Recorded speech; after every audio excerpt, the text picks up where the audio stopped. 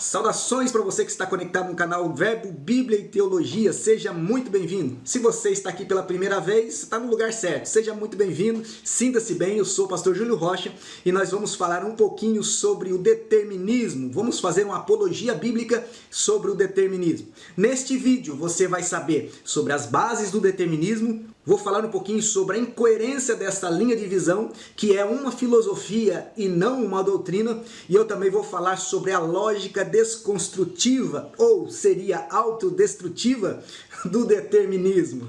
O assunto hoje é quente, mas que apologia não é quente, não é verdade? Brincadeiras à parte, o objetivo desse vídeo aqui hoje é que você, que porventura defende o determinismo, reveja os seus conceitos e larga determinismo de lá, que esse negócio não é de Deus não, meu irmão.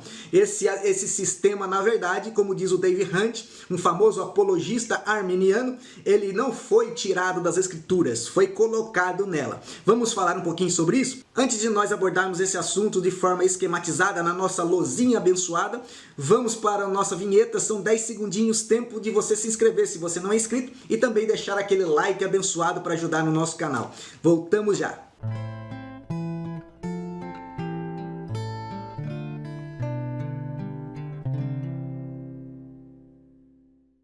Bom, meus irmãos, vamos lá para a nossa lousa abençoada, nosso quadro esquemático, nossa aula esquemática aí, para ver agora, dentro de apologia, né, a questão do determinismo. Amém? Determinismo, nós vamos ver o que é de uma maneira um pouquinho aprofundada, um pouquinho só, mas que ele se assemelha mais à filosofia do que a doutrina. Aliás, de doutrina ele não tem nada, ok? Eu coloquei aqui filosofia, né? Poderia ter colocado dogma, que determinismo é um dogma, ok? Mas isso eu creio que seja eu creio que seja ferir o próprio conceito de dogma, até porque tem dogmas bons, né? E o determinismo não tem nada de bom, ok? Então o determinismo é uma heresia realmente, ok? Principalmente como é encarada por teologias como a teologia calvinista, por exemplo, que ainda é chamada de ortodoxa. Com certeza aí mais para frente isso vai voltar com uma discussão com uma força muito grande, né? Eu tenho quase que certeza disso, né? Se Jesus não vier buscar a sua igreja antes, ok? Mas heresia por quê? Por causa da sua construção. Eu não vou falar aqui, ok? Mas eu vou só apenas citar que o determinismo ele tem um pé, né, no estoicismo grego, ok? E isso você já vai encontrar na obra Ilíada, tá, de 800 a.C., tá, que Júpiter já determinava ou pré-determinava todas as coisas, ok? Joséfo chega a citar também no seu livro, né, de antiguidades judaicas, com relação aos essênios que viveram aí no século II a.C. ao século I depois de Cristo, né? E se você não sabe o que são os essênios, era na verdade uma seita judaica que existiu na região da Palestina, né, no Oriente Médio, ok? E que vivia afastado da sociedade no deserto, nas proximidades de Curã, e observavam estritamente aí a lei de Moisés com uma regra rígida de disciplina, ok? E a principal força dos essênios era exatamente o determinismo, como nos fala Joséfo nas suas antiguidades judaicas, que eu vou projetar para você aí agora. Está nas antiguidades judaicas, no livro de número 13 e no tópico 520 aí, se eu falei direto a referência, ok? Mas ele diz o seguinte: havia então entre nós quem? Judeus, 3 seitas, divergentes nas questões relativas às ações humanas. A primeira era dos fariseus, a segunda dos saduceus e a terceira dos essênios. Os fariseus atribuem certas coisas ao destino, porém nem todas, e creem que as outras dependem da nossa liberdade, de sorte que podemos realizá-las ou não. Os essênios afirmam que tudo geralmente depende do destino e que nada nos acontece que ele não determine. Os saduceus, ao contrário, negam absolutamente o poder do destino, dizendo que ele é uma quimera e que as nossas ações dependem tão absolutamente de nós que somos os únicos autores de todos os bens e males que nos acontecem. Então percebam vocês que quando ele cita os fariseus aqui, ele cita uma espécie de sinergismo, né? Quando ele cita os essênios, uma espécie de determinismo, né? Ou monergismo rígido, ok? E quando ele cita os saduceus, citam aí uma espécie de pelagianismo, ok? Mas não só isso, o gnosticismo vertente também, aí, principalmente depois do nascimento de Cristo, também advoga o determinismo, ok? E Agostinho vai sistematizar tudo isso no século V, né? Para fazer então o que se chama aí do determinismo ortodoxo, né? Do determinismo aí pregado principalmente na Reforma Protestante, que hoje é advogado aí por batistas, alguns batistas e presbiterianos, ok? E eu não sei porquê, alguns assembleanos também, não sei porquê, amém? Mas esse determinismo, que é filosofia, na verdade, ele vai contra o que diz a Bíblia, né? Vai contra em que sentido? A Bíblia tem determinismo? Tem. Deus determina coisas? Determina, ok? Mas não é o determinismo calvinista que eles chamam de soberania. Eu diria que soberania não depende do determinismo para ser soberania, ok? Ao contrário, na Bíblia nós encontramos um determinismo que ele advoga e administra um plano geral. E isso só é possível através dos atributos omni de Deus. Qual seja, o omnipoder, né? A omnipotência, o omnipresença, né, o poder de presença, e também o omniconhecimento.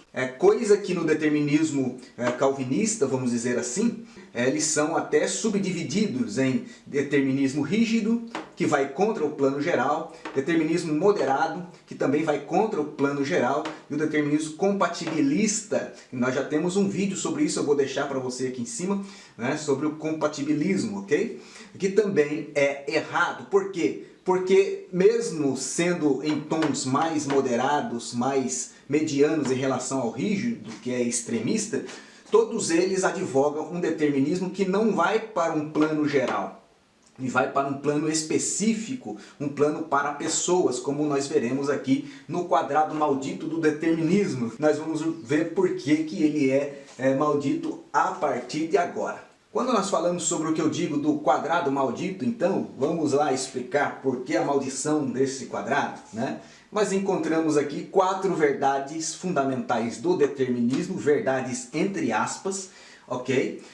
Ou vamos chamar de premissas, né? Das quais a primeira é Deus, a causa primária e absoluta. E há aqui uma verdade, né? Que verdade é essa? Nós vamos confrontar com os outros 3 pontos, ok? Quando se fala e quando se advoga no determinismo que Deus é a causa primária e absoluta de todas as coisas, eles falam, né, eles advogam sobre um termo de providência. Deus providenciou todas as coisas. E isso nos projeta ao outro ângulo, ou o ângulo oposto desse quadrado, que vai falar sobre o controle meticuloso sobre todas as coisas, incluindo o que é bem e o que é mal, incluindo o que é bom e o que é mal. Isso incluindo, segundo os calvinistas, o próprio diabo e o próprio pecado, ok? Tudo isso com base na presciência, que também é entre aspas, porque a presciência, segundo o determinismo, é Deus prevê aquilo que decreta, sendo que nas escrituras a gente vê algo totalmente diferente. Os irmãos veem então que de fato dentro do determinismo, seja em quais modalidades forem, não tem nada de geral, ok? Não tem nada de uma administração omni, tem uma força, né, empregada meticulosamente sobre todas as coisas, incluindo o mal, tá? Não é difícil encontrar essas expressões que eu acabei de falar aqui em literaturas de ordem determinista, ou mais especificamente na ala cristã, aí reformada, né, o calvinismo, ok? Esse controle meticuloso vai ser chamado exatamente de determinismo, né? O termo aí que é usado para a filosofia determinista, ok? Então nós vemos que já esse controle meticuloso já anula também a causa primária e absoluta de Deus, a verdade que poderia existir dentro do determinismo. Por quê? Deus criou o mal? Deus é a fonte, a causa primária do mal? Né? É complicado, nós vamos ver isso mais a fundo. Há uma antítese, portanto, entre a premissa 1 e a premissa 2. Okay? A premissa 3 ela advoga o seguinte: o livre-arbítrio não existe. E eles vão ter aí as suas razões para crer que isso não existe, porque senão Deus não tem providência, não é a causa primária de todas as coisas, não é soberano, né? E também Deus não tem o controle sobre todas as coisas, porque o homem afinal teria livre-arbítrio, teria o controle. Portanto, a expressão que eles usam para dizer que o livre-arbítrio não existe é a soberania de Deus. Nós sabemos, lógico, que soberania e determinismo nessa filosofia é a mesma coisa, amém? Mas para distinguir e eu chegar aqui onde eu quero com os irmãos, ok? Portanto, a premissa 3, ela precisa também ser confrontada com a 2 e com a 1, né? E vocês vão ver que há uma antítese, ok? Em quarto lugar, oposto à premissa 3 do livre-arbítrio, nós temos aí que o determinismo advoga que, mesmo assim, por ser Deus a causa primária absoluta e ter o controle meticuloso sobre tudo e tirar o livre-arbítrio do homem, ainda existem leis e mandamentos que precisam ser cumpridos com a perspectiva de bênção e de punição, né, a depender aí da obediência e desobediência, o que também é antitético, né, ao fato de não haver livre-arbítrio, ao fato de haver um controle meticuloso sobre todas as coisas e esse controle vir de uma causa primária, de uma fonte que é Deus, né? E aí fica a pergunta: como explicar essa antítese? Como explicar essa... Não é uma tensão simples, é uma tensão geral, é um quadrado maldito, realmente. Porque isso vai contra tudo que as escrituras demonstram acerca de Deus. Mas eles vão responder, inclusive Calvino nas Institutas, que é mistério, ok? É mistério. Mas mistério na Bíblia, principalmente no Novo Testamento, onde nós encontramos essa referência cerca de 27 vezes, pelo menos 25 ou 26 dessas vezes que mistério aparece na Bíblia, ele se refere a Cristo e é um mistério revelado. Amém? É um mistério revelado, ou seja, um mistério que estava oculto no Antigo Testamento, que Cristo revelou, ok? E para isso nós vamos recorrer a algumas passagens bíblicas dessas 27 referências, e os irmãos vão perceber que de fato não tem nada com o conselho secreto de Deus, não tem nada a ver com determinismo antes da fundação do mundo, ok? E se há alguma determinação antes da fundação do mundo, segundo a Bíblia, é um plano geral. Deus tem uma linha, Deus enxerga o todo, lembra? Todo conhecimento, né? Toda a presença e todo o poder. Deus tem uma linha, Deus enxerga tudo na linha do tempo e do espaço, por presciência, a presciência que o próprio calvinista pastor Hernandes Dias Lopes diz que ela é constatativa e não determinativa, ok? E nada frustra o plano de Deus. Deus tem um plano em que é geral dentro dessa determinação. Por exemplo, Deus determinou salvar, isso é um determinismo bíblico, Deus determinou salvar em Cristo todos aqueles que creem. Deus determinou condenar ao inferno todos aqueles que rejeitam a Cristo. É um determinismo, é uma determinação, porém num plano geral, ok? João 3,16 serve para tudo, né? Inclusive para demonstrar esse plano geral. Deus tem o poder de fazer isso no plano geral e fez. Deus conheceu isso no plano geral e fez. Deus está presente nesse plano geral e faz todas as coisas. Nada rígido, nada moderado, nada compatibilista. Amém? Portanto, vamos a alguns versículos aqui, rapidinho, para os irmãos verem. Paulo, em 1 Timóteo capítulo 3, verso 9, aliás, Paulo é o que mais diz sobre isso, ele diz assim: conservando o mistério da fé com a consciência limpa. Que mistério é esse? Mistério? Será? Já em Efésios 5,32, ele complementa esse mistério da fé com uma outra faceta do mistério. Ele diz: grande é este mistério. Que mistério é esse? Mas eu me refiro a Cristo e a igreja. Amém? Então está aí o mistério revelado. O mistério é a igreja.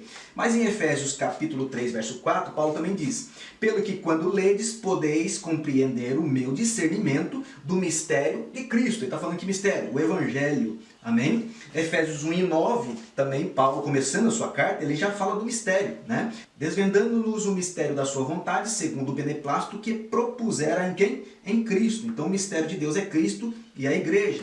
Colossenses capítulo 1, verso 26, sintetiza tudo que nós dissemos até agora para nos dizer o seguinte: o mistério que estava oculto dos séculos e das gerações, falando do Antigo Testamento, todavia agora se manifestou. Ou seja, irmão, não tem mistério mais. Tudo que nós precisamos está na Bíblia. Amém? Tudo que nós precisamos acerca da nossa salvação, Cristo nos revelou. Amém? Isso nos diz Colossenses 1:26. 1 Coríntios 4:1. Diz assim: assim, pois, importa que os homens nos considerem como ministros de Cristo e dispenseiros dos mistérios de Deus. Ora, irmãos, se somos dispenseiros em Cristo dos mistérios de Deus, que dispensa é essa, ou que gerenciamento é esse que nós temos de um mistério que a gente não conhece?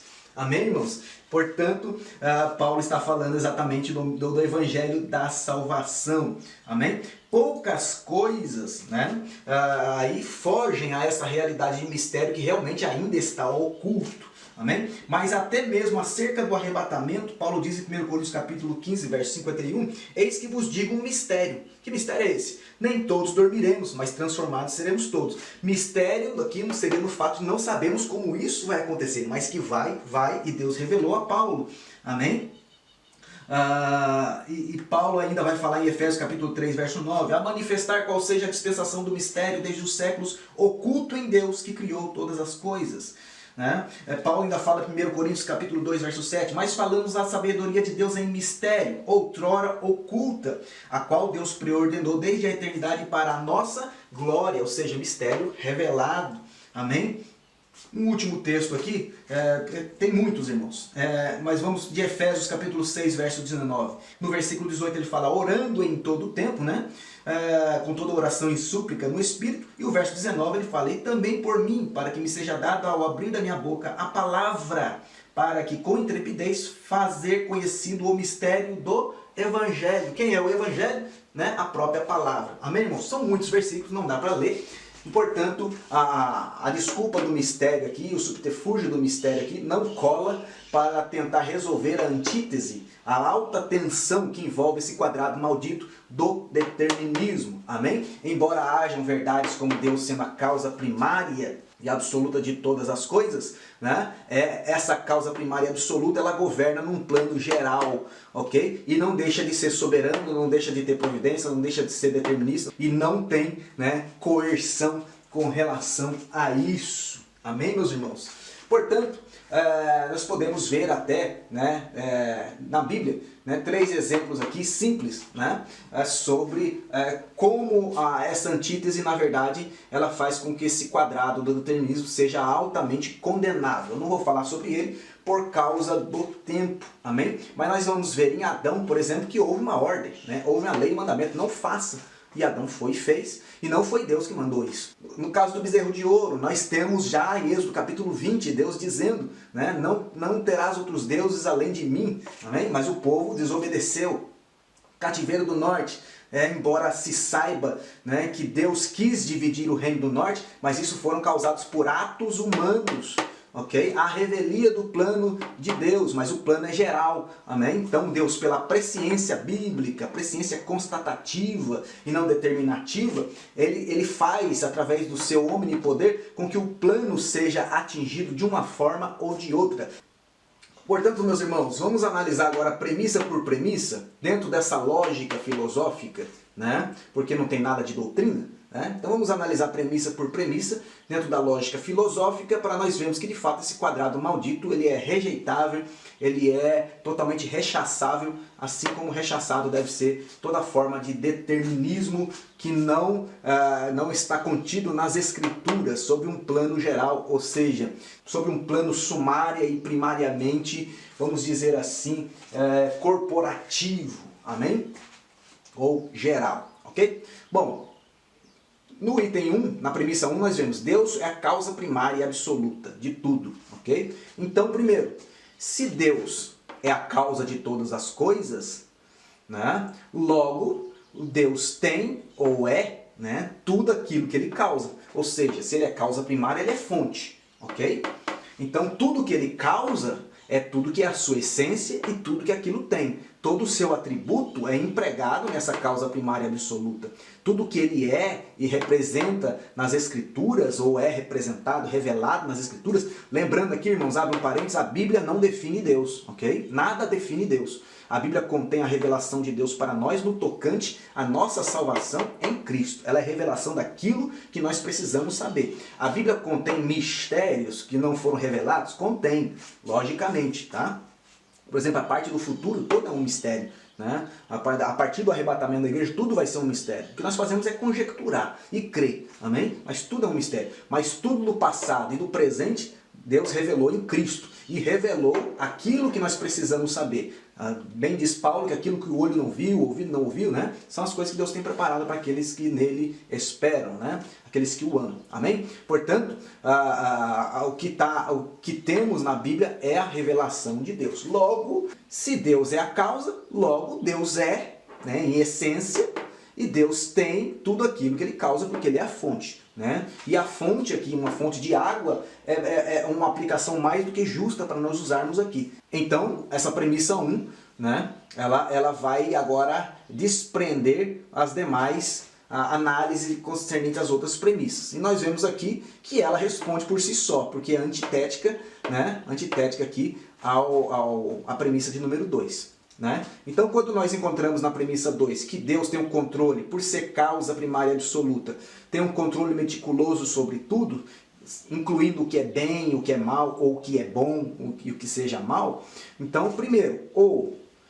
Deus criou tudo perfeito sempre, mas aqui nós temos bem e mal, são antitéticos por si só, então os dois não pode ser bom, não pode ser perfeito, o mal não pode ser perfeito, porque a Bíblia diz que um dia o mal vai terminar. Nós vimos que o mal se origina no Gênesis e termina no Apocalipse, né? Ele é erradicado no Apocalipse, então o mal não pode ser perfeito sempre, logo esse item A está excluso. Ou, segundo lugar, Deus não é perfeito. Por quê? Por causa da premissa de número 1. Se Deus é a causa de tudo, né? Como afirma aqui a primeira ponta do quadrado maldito, né? Logo, se Deus criou bem e mal, criou o que é bom, o que é mal, criou o pecado, criou o diabo para a sua própria glória, logo Deus também não é perfeito, porque criou uma coisa mal, uma coisa perniciosa, ok? E isso vai contra o que a Bíblia diz, atentando contra a deidade de Deus, que sempre vindicou e sempre reivindicou santidade ao seu povo, porque ele é um Deus santo,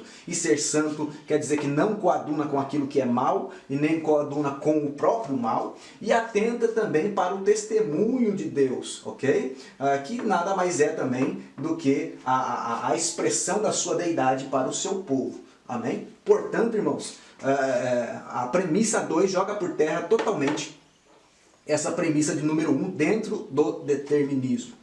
Mas a premissa de número 3 diz que o livre-arbítrio não existe, né? Então vamos lá, se o livre-arbítrio não existe, então o homem ele não perdeu somente a sua justiça original por questão do pecado original, né? Mas sim ele perdeu também a sua estrutura original, ou seja, o homem pós-Adão é um homem diferente de Adão. Ou seja, se não é o primeiro Adão, é o segundo Adão, mas a Bíblia diz que o segundo Adão é Cristo. Né? Então, o homem que nasceu pós-Adão, ele não tem a mesma estrutura de Adão. Né? Então, o livre-arbítrio, irmãos, ele existe. Senão, o homem seria modificado quanto à sua estrutura original também. Mas o homem não perdeu a sua estrutura original. Ele continua completo quanto à sua estrutura de corpo, alma e espírito. Amém? Ele perdeu o seu estado de justiça original somente. Ok? Por isso, o livre-arbítrio, ele existe sim. Ele pode se salvar? Não pode, mas ele está lá. É uma estrutura, é uma composição humana. Mas a graça de Deus revelada em Cristo pelo Evangelho, pela pregação da palavra, ela habilita o arbítrio humano para que seja livre para escolher entre morte e vida, bênção, maldição, ok? Entre o céu e o inferno. Voltando aqui então no item A. Então, se o livre-arbítrio não existe, o homem ele é mutilado. Ele não perdeu só a justiça original. Ele perdeu a estrutura original dele também. E nisso nós vemos que nós seríamos pessoas diferentes do que Adão foi e não igual. Amém? E nós sabemos que o velho homem Cristo, ele é a mesma estrutura do velho Adão, por isso é chamado velho homem nas Escrituras. Amém? Mas, em segundo lugar, Se o homem perdeu o livre-arbítrio, ele não é mais inexcusável diante de Deus. Por quê? Por causa da premissa 1. Porque Deus é a fonte de todas as coisas. Deus é o responsável sobre todas as coisas. O compatibilismo ele atua exatamente nessa premissa primeira, que Deus é a causa primária absoluta de todas as coisas, ainda que o mal faça alguma coisa pelo livre-arbítrio. Compatibilizar quer dizer, o determinismo não deixa de existir, mas o livre-arbítrio existe também, né? Então aí uma bagunça dentro do próprio, né, do próprio determinismo, dentro do próprio calvinismo nesse caso. Ok? Então, irmãos, nós vemos que a premissa 3, ela anula a 2 e anula também a 1, ou seja, é antitética. Né? Em quarto lugar, nós temos que Deus, mesmo assim, colocou leis e mandamentos com bênção e punição para quem obedece e para quem desobedece. Logicamente, aqui também há uma verdade, precisa equilíbrio moral no mundo. Mas a quarta premissa vai nos dizer o seguinte: qual o sentido da lei e do mandamento, né? Se nós analisarmos as 3 premissas anteriores, né? Sendo que a coerção, né, que é exatamente aqui coagir, né, através do controle meticuloso, através da ausência do livre-arbítrio e de ser Deus a causa primária e absoluta de todas as coisas dentro da sua providência, né, coagindo o homem a cumprir algo que ele determinou. Né? Então a coerção tira a possibilidade de escolhas. Okay? E já o determinismo, né, ele tira todas as possibilidades do ser humano. Assim sendo, o ser humano de fato que não tem livre-arbítrio, né, ele não pode ser acusado de coisa nenhuma. E sendo assim, qual é o sentido da lei e do mandamento, sendo que Deus já ordenou o que deve acontecer? Amém, irmãos? E em síntese a tudo que já foi dito aqui, ele simplesmente não é doutrina e deve ser rechaçado, porque o quadrado maldito nos mostra que todas as premissas do determinismo, eles atentam contra o caráter de Deus, um Deus bom, perfeito, que não coaduna com pecado, amém? A palavra de Deus que dá testemunho de Deus e da deidade de Deus, e também a graça de Deus que é dada a todos e não a pessoas, né? Meticulosamente, pessoas em especial, uns para a vergonha, outros para a vida, né? Uns para a perdição, outros para a salvação. Amém? Portanto, o caráter de Deus, a palavra de Deus e a graça de Deus não condizem com o quadrado maldito que ilustra a filosofia do determinismo. Amém, irmãos? Deus abençoe a todos em nome de Jesus.